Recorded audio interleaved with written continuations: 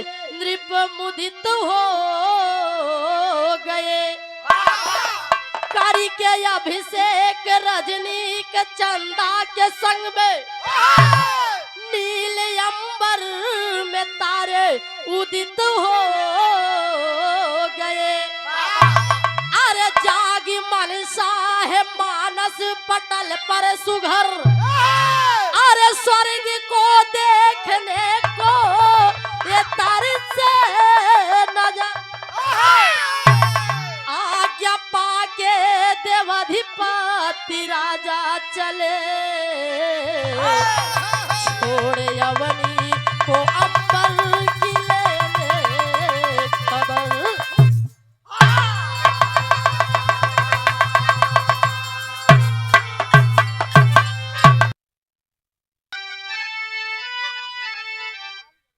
आप परम सम्मानित श्रीमान मानिक राम प्रधान जी, ग्राम प्रधान जी और संतोष कुमार सोनकर, आपके तरफ से ग्राम प्रधान जी की ओर से 501 रुपए का महान आशीर्वाद आपके श्री चरणों में कोटि कोटि प्रणाम हो। कहा जाता है कि ऊपर भगवान नीचे प्रधान, ऊपर भगवान नीचे प्रधान, बीच में सब झंडू।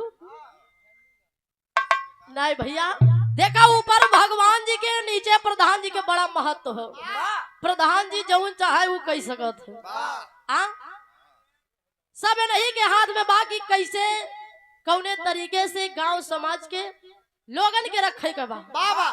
आप प्रधान जी के श्री चरणों में कोटि कोटि प्रणाम आशीर्वाद दे कि हम बच्चे अपने बिरहा जगत में नाम रोशन करें। एक स्वर में आप सभी सकल पंच को प्रणाम कहना हो मास्टर।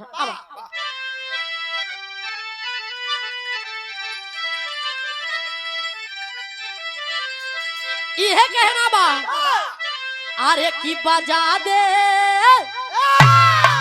अरे बजा दे श्याम,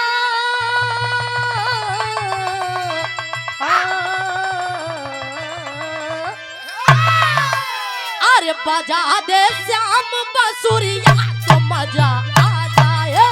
बजा दे श्याम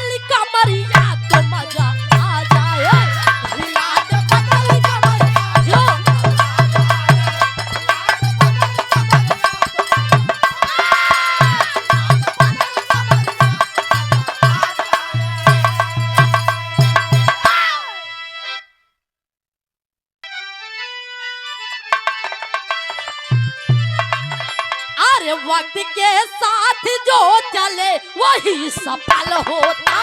वक्त के साथ जो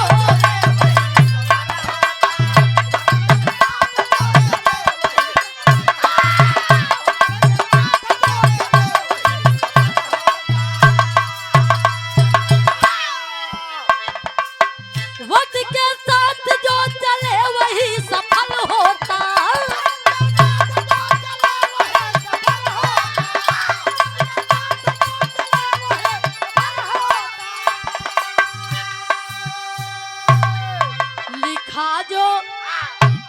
लिखा जो भाग में वो कार्य भी अटल होता। लिखा जो भाग में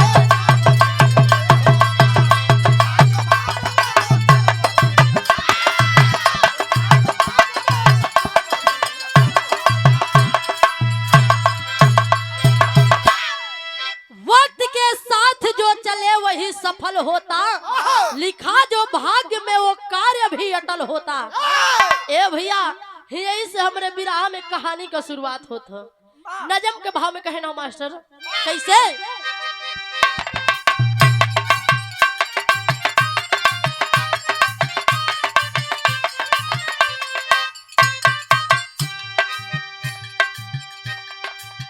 अवधपति राजा दशरथ एक दिन विचार किए,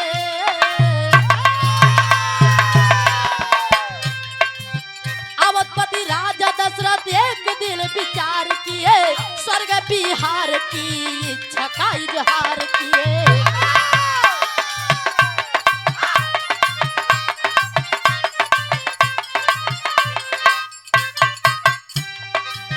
इंद्र की आज्ञा पाके मंत्री को बुलाए हैं, राज का कारभार सौंप के बताए हैं। जा रहा स्वर्ग लोक प्रजा देखना भैया, जा रहा स्वर्ग लोक प्रजा देखना भैया, लगे अगर कुछ समय तो चिंता न करना भैया।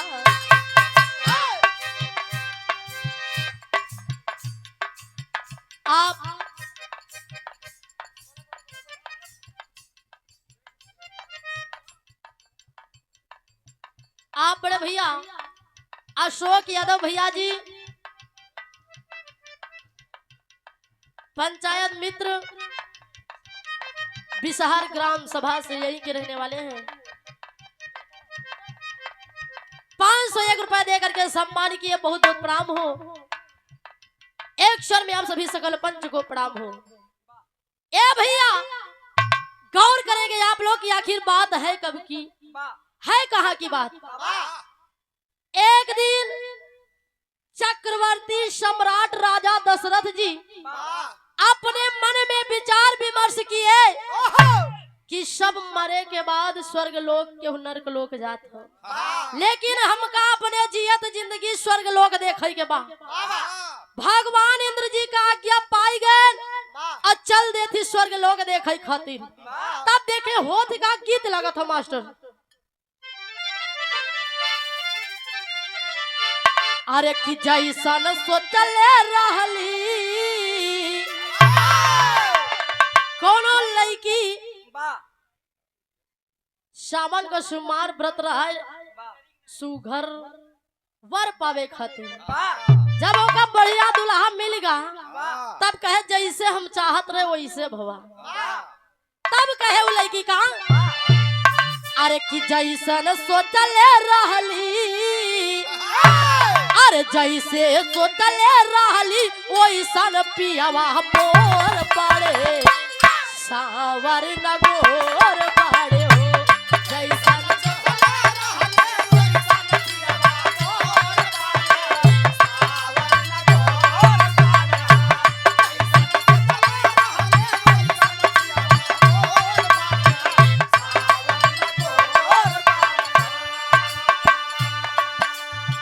लेकिन ए भैया भगवान इंद्रदेव जी राजा साहब राजा दशरथ जी के अगवानी में दुई परी का भेजा थे। आज जब दोनों परी का साथ पाए राजा साहब तो करत ही का चल ले मानवा के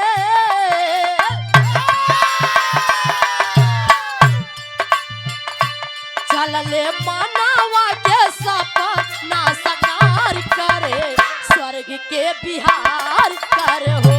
चल ले मानवा के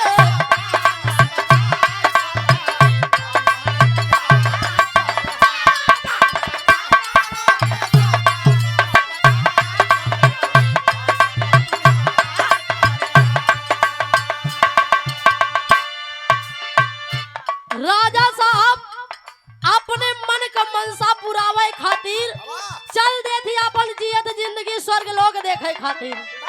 तब होत का परियर का हाथ पकड़े चल भइल राजन परियर का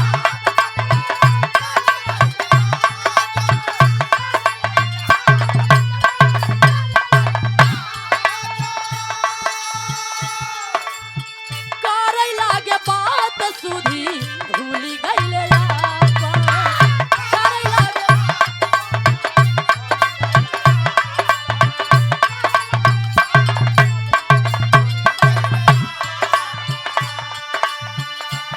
छूटल हाथावा बा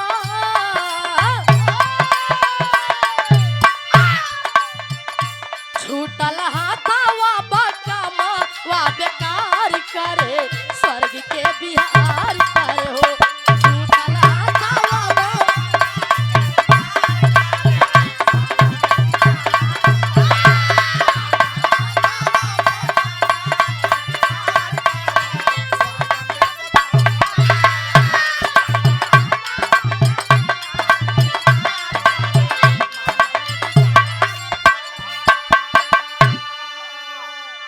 गौर करेंगे बाबूजी, जब राजा दशरथ जी अपने मन का मनसा पुरावे खातिर अपने जियत जिंदगी स्वर्ग लोग देखे जाती परियन का साथ पाएन दोनों परी का हाथ पकड़ेन और राजा साहब आकाश में उड़े लागेन। आधी रास्ता जब पहुँचेन ये बात वो समय क्या वो समय राजा दशरथ जी का बाबू बियाह शादी नाय भरा राजा साहब एकदम कुंवारा रहे।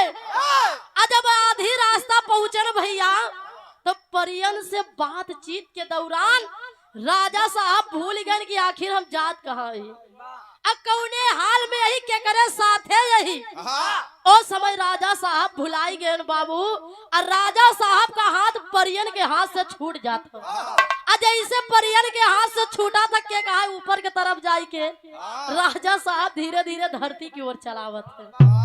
तब देखा राजा साहब एकदम घबराई गए अपने मन में सोचा था जौन हम जियत जिंदगी स्वर्ग लोग देखे जात रहे लगातार मरे के बाद ही देखे के मिला। तब देखा हो जाएगा गीत बदलत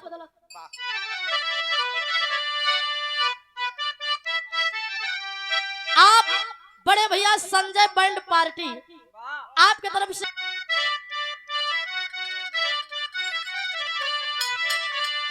यह गीत का लाइन बताना हो देखा ये सब पुरान चीज है हमारे प्रयागराज के एकदम माटी का चीज है कहना हम माई बहन लोग काकी हरे चाची हरे दादी हरे बड़ा लहाई के गाँव है।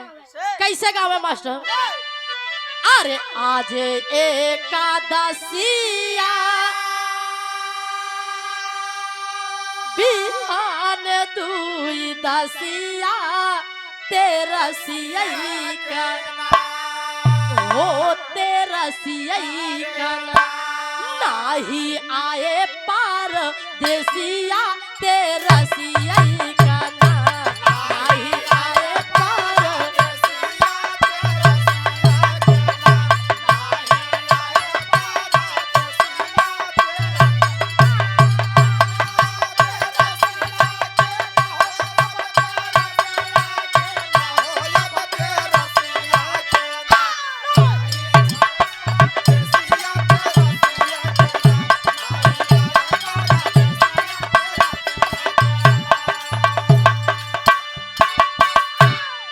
क्या बात है ए भैया। लेकिन देखा जब राजा साहब का हाथ छूटा राजा साहब एकदम घबराई गए कहना अब हमारा प्राण कैसे बची। तब होत का अरे छूटी गई ले हथावा ता मारी गईली मतिया आफतिया में हो आफतिया में राजा सोचे फसले कवाने आफतिया में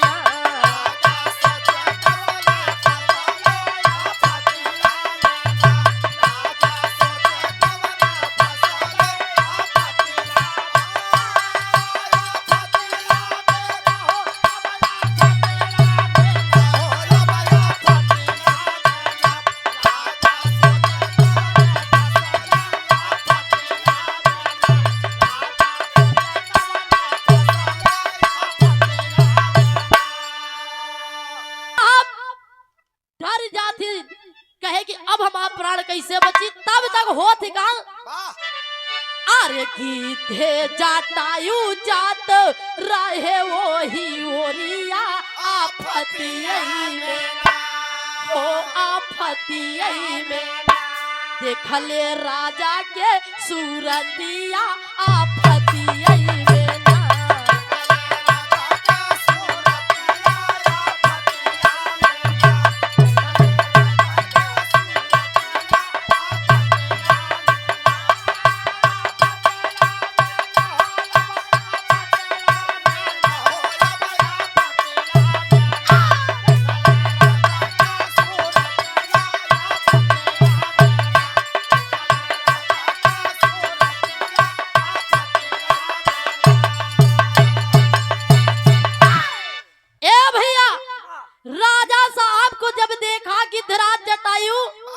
कहेंगे कोई पंछी तो नहीं लग रहा। जाई के जब सामने से देखा थी तो राजा दशरथ जी ओ समय गिद्धराज जटायु बाबू आपन दोनों पंख फैलाई के और राजा दशरथ जी को धीरे धीरे कई के धरती पे उतार दी थी।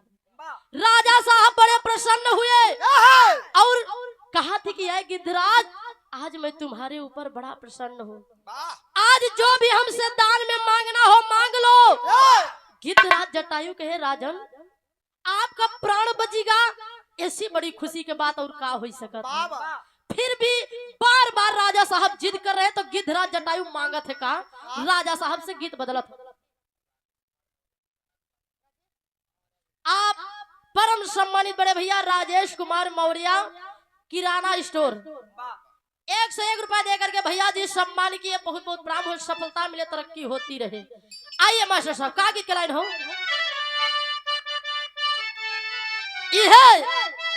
कोनो लड़का रहे, कोनो मन चला लड़का रहे, कोनो लड़की के देख के ए भैया ये कहे कि ये हो हमार सोना, अगर तुम्हारी इजाजत हो तो हम कुछ कही तो कहा तो तू कहा ही का चाहता है।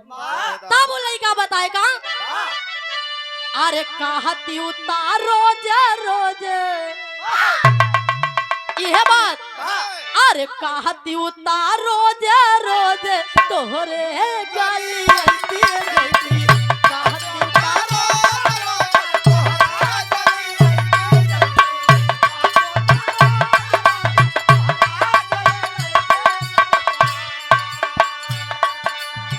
कहती उतार रोज रोज तोहरे गली तोहरा के कहती हल्लो हल्लो हे छमक चलो तोहरा के कहती हल्लो हल्लो हे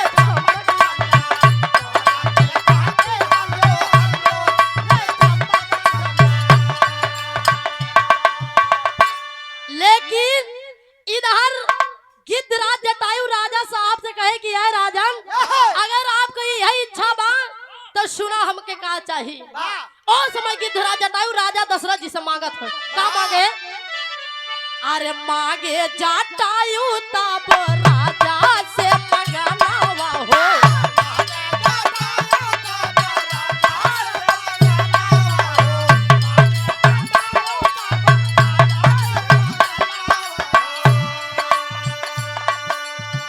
मांगे जटायु तब राजा से मंगनावा हो, देदा तू बड़ा काला लनवा हो कहनवा माना, देदा तू बड़ा काला लनवा।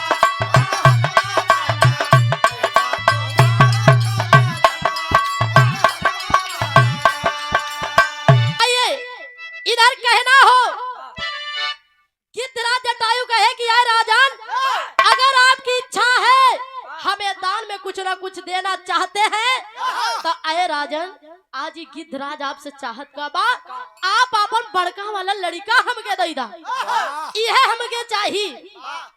ओ समय बाबू राजा साहब जोरों से हंसने लगे, कहे यार गिद्धराज ई कौने लड़का बच्चा के बात करत है, अबे तो हम एकदम कुंवारा है, अबे हमार बियाह शादी ना है बाबा। लेकिन गिद्धराज जटायु कहे कि राजन आप हमसे वादा करा, आप हमसे वादा करा कि जब आपका बियाह शादी होई, जब आपके बाल बच्चा होई है हमका बोला कि आप अपन बड़का लड़का दे देवा। राजा साहब कहे ठीक है मैं वादा करता हूँ। राजा साहब वादा किए कि रघुकुल रीति सदा चली आई, प्राण जाए पर वचन न जाई। आए गिद्धराज मैं वादा करता हूँ जब मुझे बाल बच्चे होंगे मैं बुला करके तुम्हें अपना बड़ा वाला लड़का बड़ा वाला पुत्र दे दूंगा। धीरे धीरे समय बीता था, होते का तेरी में कहना हो मास्टर।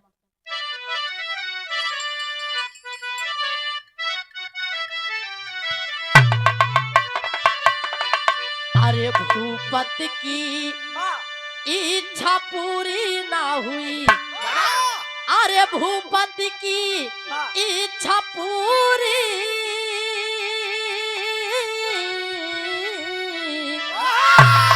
भूपति की इच्छा पूरी ना हुई, अरे निपत से गिद्धराज लेता है कठिन परीक्षा, निपत से गिद्धराज लेता है कठिन परीक्षा, भूपत की इच्छा पूरी ना हुई। ए भैया गौर करेंगे बाबूजी, धीरे धीरे समय बीता था। राजा साहब का ब्याह होता एक नहीं तीन रानियों के संग में, कौशल्या, कैकेयी और सुमित्रा। तीनों रानियों के संग में राजा चक्रवर्ती सम्राट दशरथ जी का विवाह हुआ। लेकिन बाबू पूरा उम्र बीत गया, राजा साहब को एक को संतान नहीं हुई। तब राजा साहब करत ही का लइका बदे गीत लगत है भैया। यह गीत गलाई रहो, अरे की हरी हरी चूड़िया, अरे हरी हरी चूड़िया, खाना की जाल कंगना, हरी हरी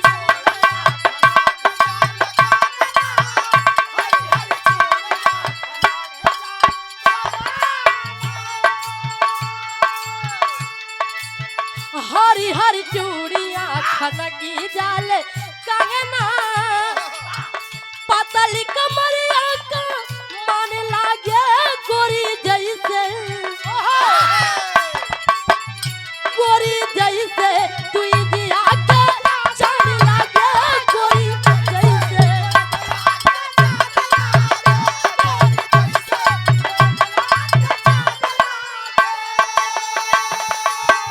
क्या बात है, लेकिन कहना है ई भाव में,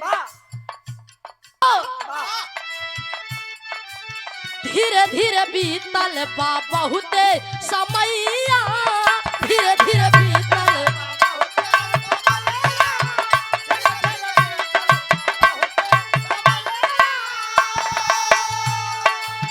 धीरे धीरे बीतल बा बहुते समैया, पुत्र यज्ञ राजा कारवले तब बुढ़ैया में, तब बुढ़ैया में चार चार लाल भैले, तब बुढ़ैया में चार चार लाल भैले, तब बुढ़ैया में।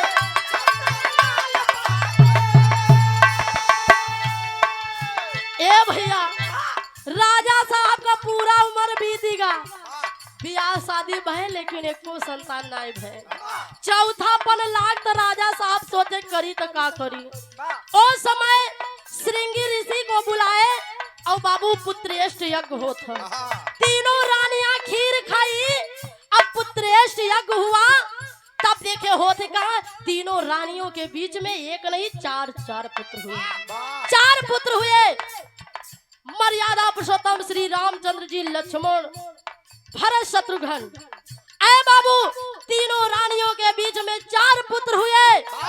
तब देखे तीनों रानियां राजा साहब खुशी मनावत हुए।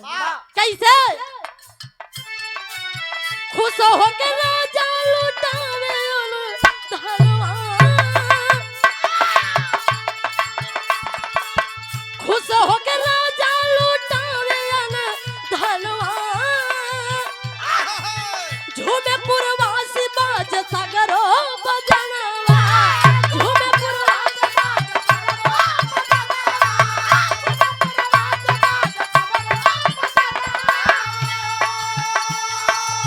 गावे मंगलचार साब झूठ के गोतिनिया, गावे मंगलचार साब,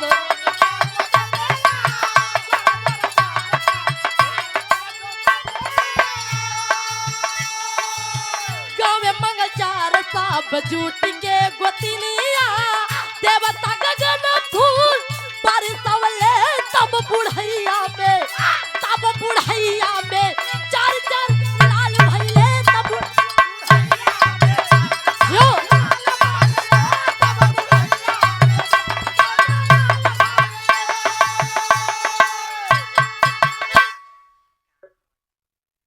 चार लड़का चार पुत्र हुए।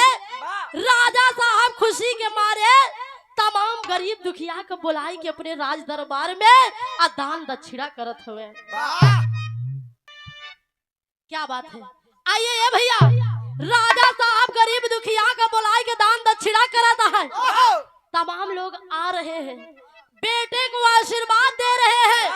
अधान दक्षिणा ले करके जा रहे हैं बाबू। तब देखे होत का लोग आवत ही सोहर गीत गावत है। आ लइका हो जा सोहर ना हो तो समझा ए भैया। अब मास्टर साहब एक लाइन लगा के अरे की कौने दीना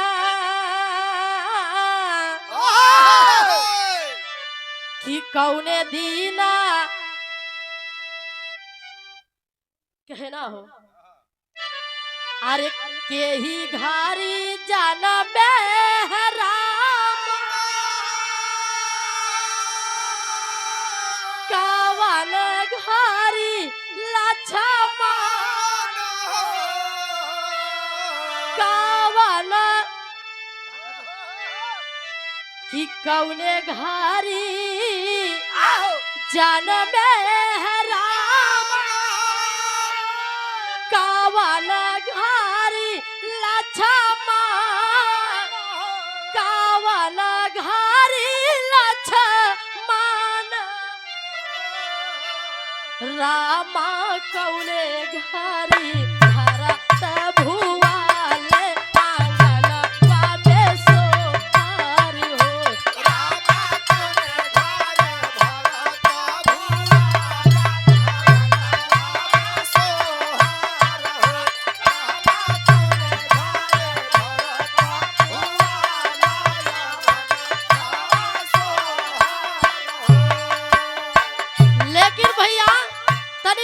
चंद कही दा ये तो होगा हमारे इलाहाबाद की ओरी हाँ हमारे इलाहाबाद वाली। लेकिन थोड़ा लाइन चेंज कही के अरे की जौने दीना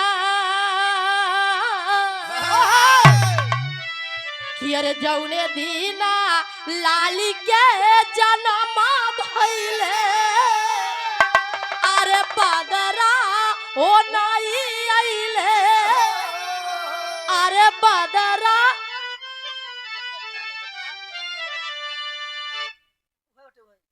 हमका गावे जौने दीना लाली के जनमा भइले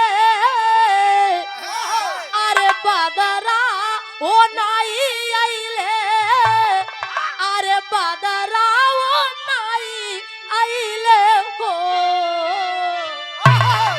अरे की हे मोरे बदरा अरे की हे मोरे बदरा बारिशो नानी नानी बूंदिया हो कि मोती या झलार भीगे हो मोरे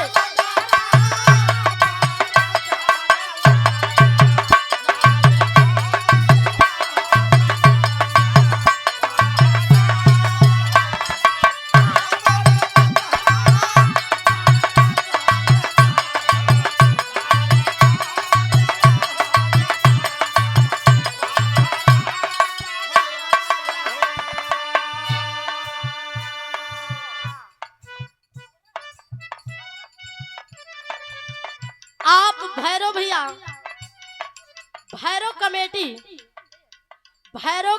लइकवा के सुघराई का देख के लइकवा के आजी अपने बहू रानी से सवाल करो थे कि का हो दुल्ही हमार नतीवा बड़ा सुघर हो जब ही पेटवा में पलत रहा तब तू का खात रहो। सासू रानी मथिया में बैठ के सवाल करो थे कैसे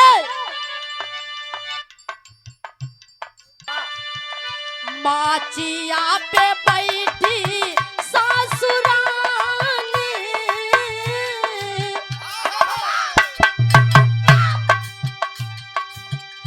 माचिया पे बैठी सासुरानी जी बाहू से राज कर हो कि हे मोरी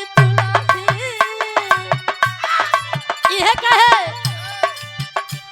कि हे मोरी बहुवर कवन कवन फल खायु हो खोरी लवा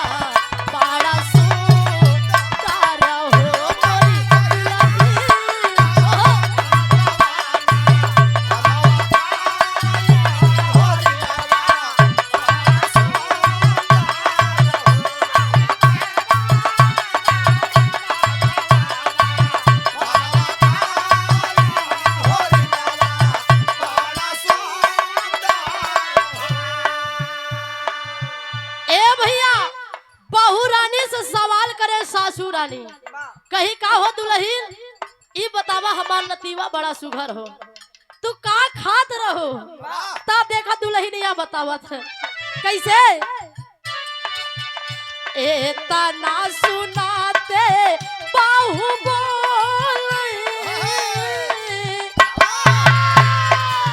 ए अम्माया सुना हम का खात रहे कहे ए तना सुनाते बाहु बोल हो घुघुटा वाके खो लाई हो कि हे मोई अम्मी कि हे मोरी अम्मी छोली छोली खायो नारिया लवा हो घोरी लवा बड़ा सुंदर हो मोरी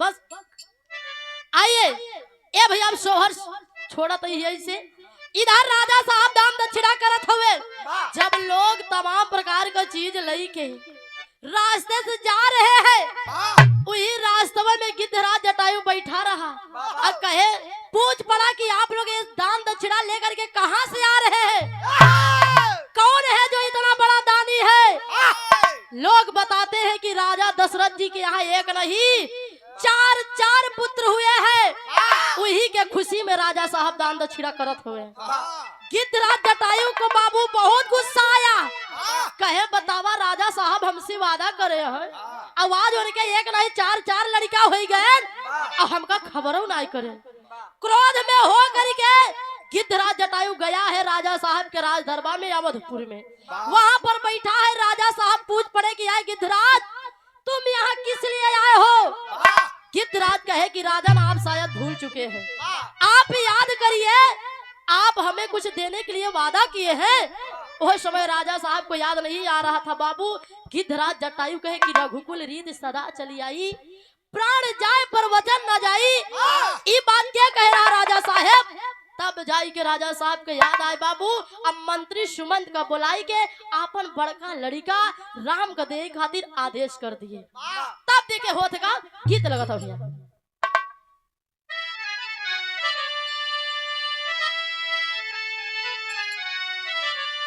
यह की लाइन बा अरे तारे नरियरवा के बारी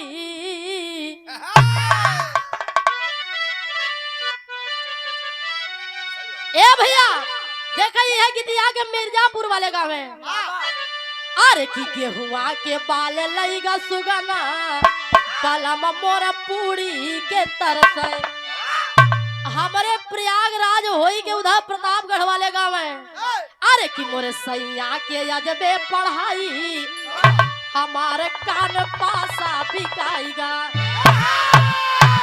और हमारे गुरुजी जेकर फटका बड़ा मशहूर रहा आप लोग जानते हुए हैं स्वर्गीय लाल जी लहरी गुरुजी गाँव में अरे की केतनऊ तू गंगा नहाइबा अरे केतनऊ तू गंगा नहाइबा पातर छैला ना पैबा राजा ओहो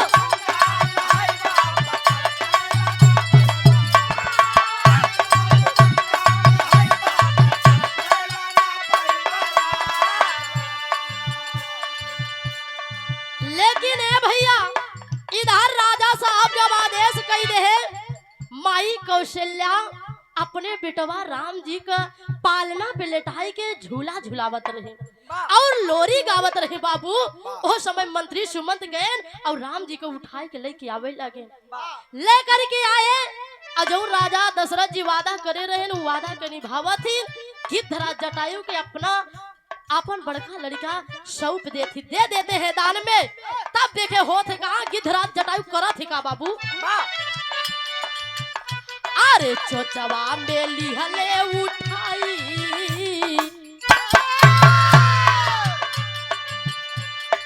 चोचवा में लिहले उठाई जटायु गईले रही आई।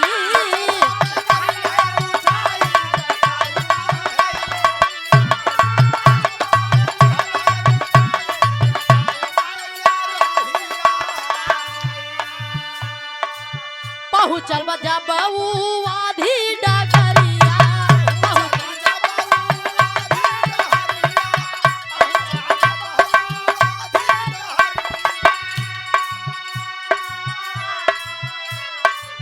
भगवान के मनवा में भैली फिक्रिया।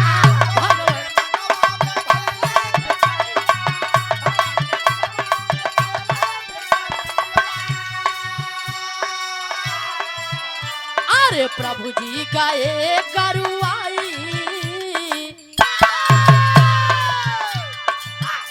अरे प्रभु जी गए गरुआई जटायु गईले रही आई।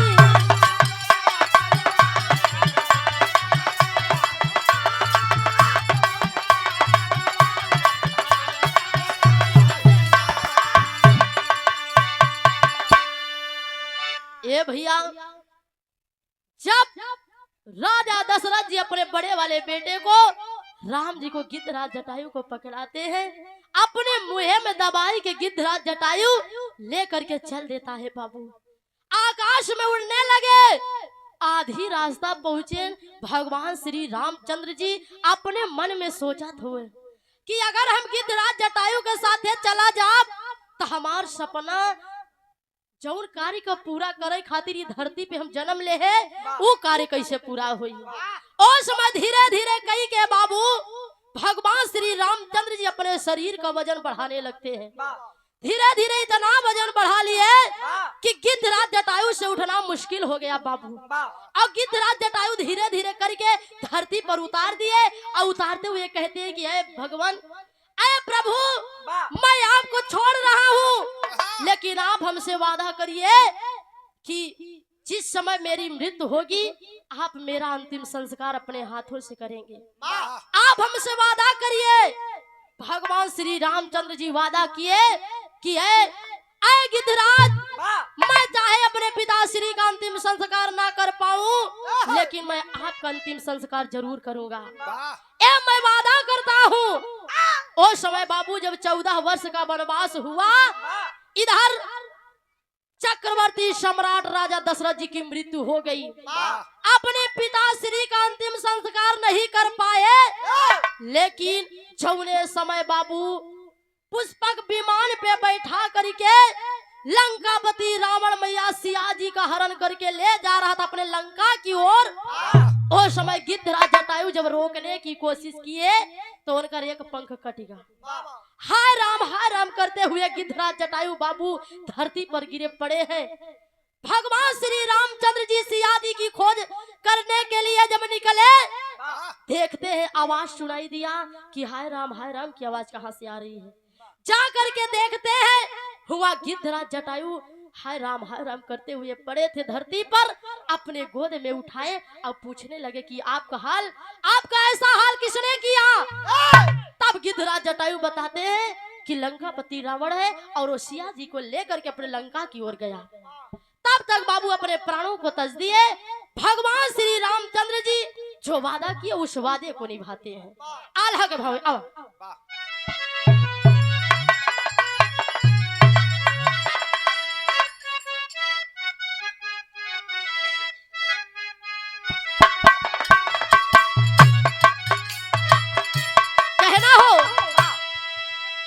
अरे जैसे बसंत ऋतु में खिलेला सुमनवा भैया,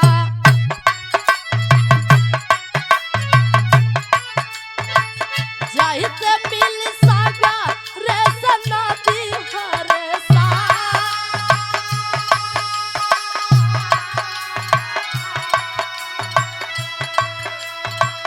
जो जवान लेके श्री राम के जटायु बाबू,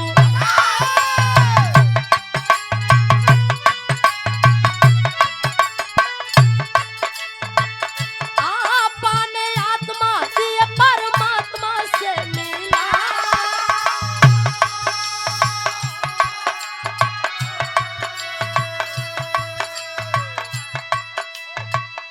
ए भैया इधर भगवान मर्यादा पुरुषोत्तम श्री रामचंद्र जी जो वादा किए थे कि धरा जटायु का अंतिम संस्कार किए और स्वर्ग में उच्च स्थान दिए बाबू। कहा जाता जैसे करनी वैसे भरनी, जे जैसे कर्म करा था वो का वैसे फल मिला था बाबू। कितना जटायु अच्छा कर्म करते आया राजा दशरथ जी के संग में, मर्यादा पुरुषोत्तम श्री रामचंद्र जी के संग में। इसीलिए भगवान श्री रामचंद्र जी अपने हाथों से अंतिम संस्कार किए और स्वर्ग में उच्च स्थान दिए बाबू। कहना है आखिरी लाइन में खड़ी में, अरे कथनी करनी एक बराबर जब तक जग में हुई है। अरे कथनी करनी एक बराबर जब तक जग में रही है, तब तक रघुकुल के नाम हवाई याद रही।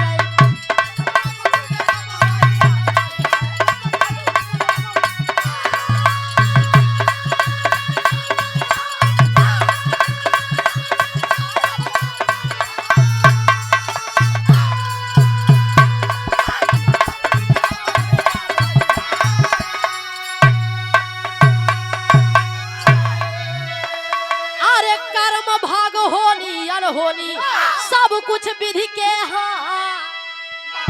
बार बार जय हो प्रभु जी चरण पे तोहरे माँ। आर कीर्ति में तोहरे कीर्तन सारा संसार गई है। आर कीर्ति में तोहरे कीर्तन सारा संसार गई है। तब तक रघुकुल के नाम हवाई याद रही।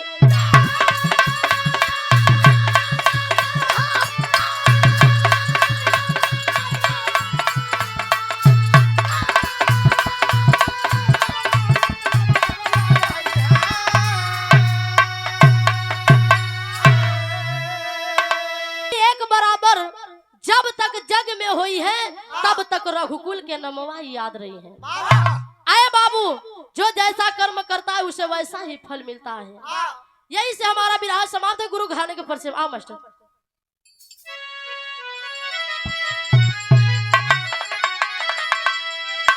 कि गुरु भोला गुरु बाबा दीन गुरु दया राम गुरु का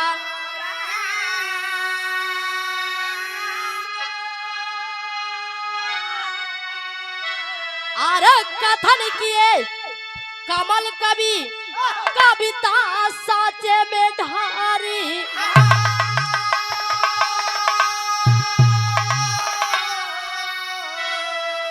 कि भूपति की इच्छा पूरी ना हुई गाँव नीलम राज धई शारद के हो। भूपति की इच्छा पूरी ना हुई